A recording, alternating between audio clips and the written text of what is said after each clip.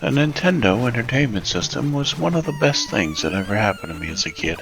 So many great games, so many great memories. Not only did the NES bring families together, it also forged friendships and gave new meaning to the word fun. Today I present you with some of the games that helped shape my childhood. Now you're playing with Tower. While I was in a private school, I had my own 13-inch television, which I believe was black and white. I think I bought it off some kid for $5. I had just gotten my NES that year for Christmas and was naturally super excited to play it. It felt so good to finally be one of the cool kids with my own gaming system. One night, when everyone was snoozing, I set my TV up just below the top of my dresser on an open drawer with the NES tucked inside, facing my bed. I needed to hide the glow of the TV. I remained as silent as possible with the sound turned all the way down while playing Dragon Power until a short time later I got caught. While a decent game, the music is quite repetitive. One thing I couldn't stand were the cutscenes. They can be humorous but are very slow and you can't skip any of them. What's super annoying is that they will appear right in the middle of gameplay, warning you to hurry up like you're being timed to complete some task, like let's say the rescuing of a certain girl you would never date. I can see the humor, but it is something I could do without.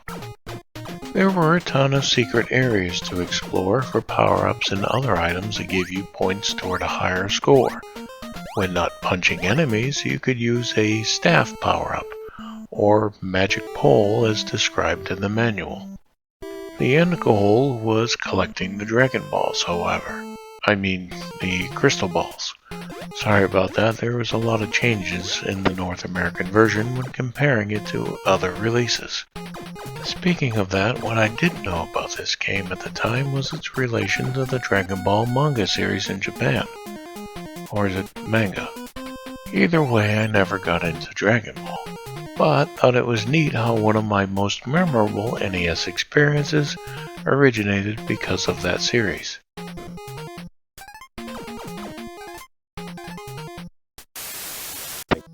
I either borrowed or traded for this game from a neighbor. Don't remember which. I love the overall aesthetic of this classic. Like Dash Galaxy, this game has some odd jumping mechanics that take a little getting used to. But once you get it down, you'll want to go as far as you can because this game is really fun and can become addicting. Upon taking out the enemies and smashing your way to the 8th floor, at the end of the stage you enter a bonus round with various types of food to collect that change up each level, all the while jumping on moving clouds and sliding across icy platforms. Once you get past that at the very top, then you're tasked with jumping up and grabbing a hold of the condor flying by, thus completing the level. You will have 40 seconds to complete this area to obtain the bonus points. The further you progress, the more difficult it becomes. You'll eventually encounter faster moving platforms, enemies that close the gaps you've created, falling icicles, and polar bears. This is a game for the days where a high score still matters. A true classic from the early days of the NES.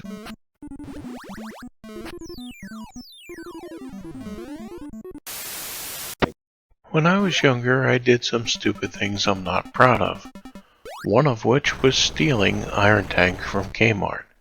It was sitting in one of those sharp NES TV combo units, and on display for those wanting to try out the NES. Looking back, I really wish I hadn't stolen it. I should have just taken the whole dang TV. Those things are super collectible and worth a lot of money. All kidding aside, this quickly became one of my favorite games on the NES. And for good reason, it was fun. I also got it for free. Alright, I'll stop while I'm ahead. Quick public service announcement, kids. Don't steal. It's a stupid thing to do and God isn't cool with it, alright? I'm serious. Moving on. Iron Tank is an instant classic, has more than moderate challenge, high replayability, and the music fits the action. The game features branching paths you can follow, allowing you alternatives with every playthrough. The action doesn't get dull either, as there's plenty of enemies coming from all sides, making things really intense at times. Your fuel gauge acts as a health bar, and can run out quickly with every hit you take, even when bumping into other tanks. However, when you run over enemies on foot, you can restore some lost health. And if you didn't know, this is how we won World War II, so it's very fitting to be in this game. A nice touch is that you can also pick up reserve fuel for tough situations.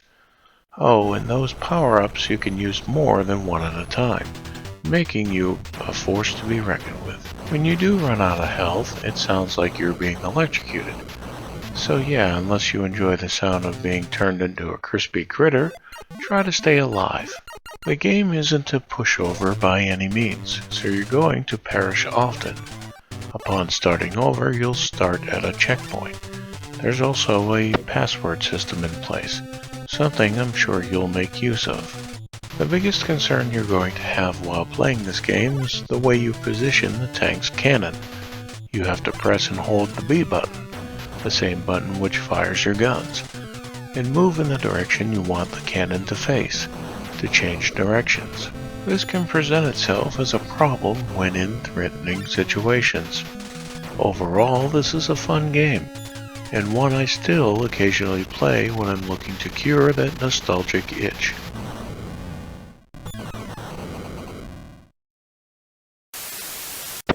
Kirby's Adventure is one of those family-friendly games you can pick up and not want to put down.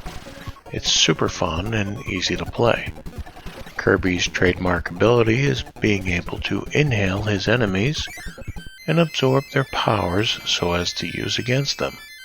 It's a very clever and fun approach to taking on the baddies. Baddies? What a weird word that is.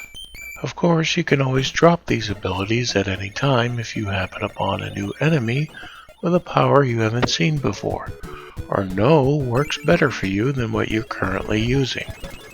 The sheer amount of abilities you can use in this game is very rewarding. You don't just use enemies' abilities against them, however. You can also exhale puffs of air to defeat your foes. Think about that just for a moment. You can kill an enemy by breathing on them. It says a lot about your breath. You can also inhale thrown projectiles and fire them right back. If hit by an enemy, you will lose whichever ability you have in the form of a runaway star, which you can re-inhale if you're quick on your toes. Kirby can also fly simply by pressing up, and when you need to land, just press B. He really is a different kind of character, which I have a great appreciation for. My hat's off to HAL and Nintendo for offering something different and lasting all these years.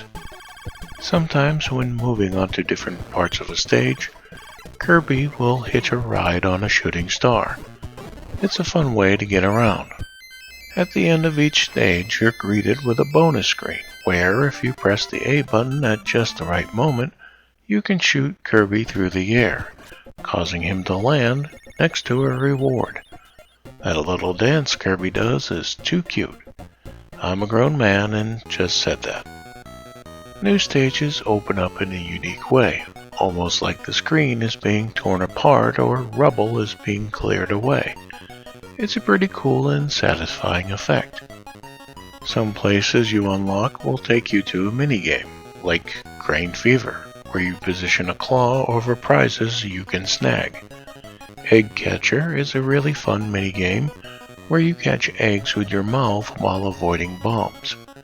And if you win, the end result will put a smile on your face for sure. Maximum cuteness, please. You'll also encounter boss fights while on this adventure. They're not really all that tough, but each one is original in its design and attack, which just adds to the uniqueness of this game. Kirby's Adventure is hands down one of the best games I have ever played on the NES. And yes, I dare say that in some ways, it beats Mario. If you've never played it, I highly suggest you give it a go.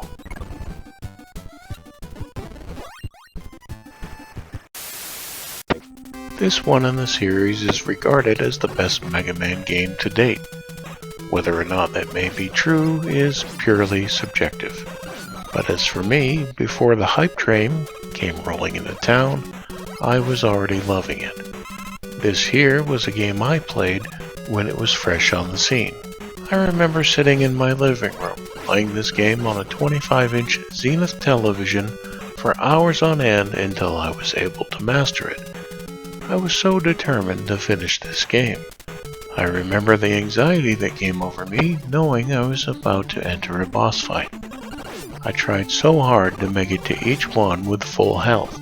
I usually ended up getting hit by something right before entering through the first door of the hallway, before the battle began. It was a big moment when I won. I'm probably never going to do that again, that sounded weird. Just going over it in my head, that was a little odd. Anyways, but I could never really relax. There was so much more to do. More fights to be won, more power-ups to be added to my arsenal, and more passwords to jot down. But I eventually conquered, and every minute of it was so worth it. I felt a deep sense of satisfaction playing through this game. Every stage was designed perfectly and wasn't boring but interesting. Every enemy had its own personality, and if you weren't careful, could easily make the experience frustrating, but didn't ruin the game. Even the soundtrack was amazing, with every song being a sure hit. In fact, Mega Man 2 has one of the best soundtracks on the NES, period. With boss battles, it helped if you knew how to engage bosses with a certain weapon to make them go by quicker. I didn't always know this. I knew about a couple of boss fights, that's about it. But you learn in time. Something else to learn is how to perfect the timing of your jumps. Near the end of the game, you'll encounter a dragon that knocks floating blocks out of the way by flying into them. These blocks are what you're jumping on until things slow down and you take him on. Once the battle begins, you have to be careful not to get hit with his flames. They can end you right quick if you get hit, knocking you off the block you're standing on. There's an area in the Metal Man stage where drills would come through the ceiling and floor in a narrow passageway. I would stand there for quite a while, shooting those drills, collecting the one-ups they dropped. I collected so many specifically because I knew I would continuously miss a jump in my nervousness and excitement of being so close to finishing the game, or by getting knocked off when he attacked. Eventually, I realized this fight wasn't as bad as I thought it was. In fact, it's rather easy once you know how to time your jumps and use the correct weapon. I still remember how I felt the very first time I had seen Dr. Wily flying around in his spaceship, watching him shrink down into his castle. Then, when I saw the level markers appear and heard the sound effect of the pathway to the very first level open up, the excitement factor went through the roof. I was ready. No matter how much time passes and no matter how old I get, Mega Man 2 will always be a masterpiece of a game in my eyes.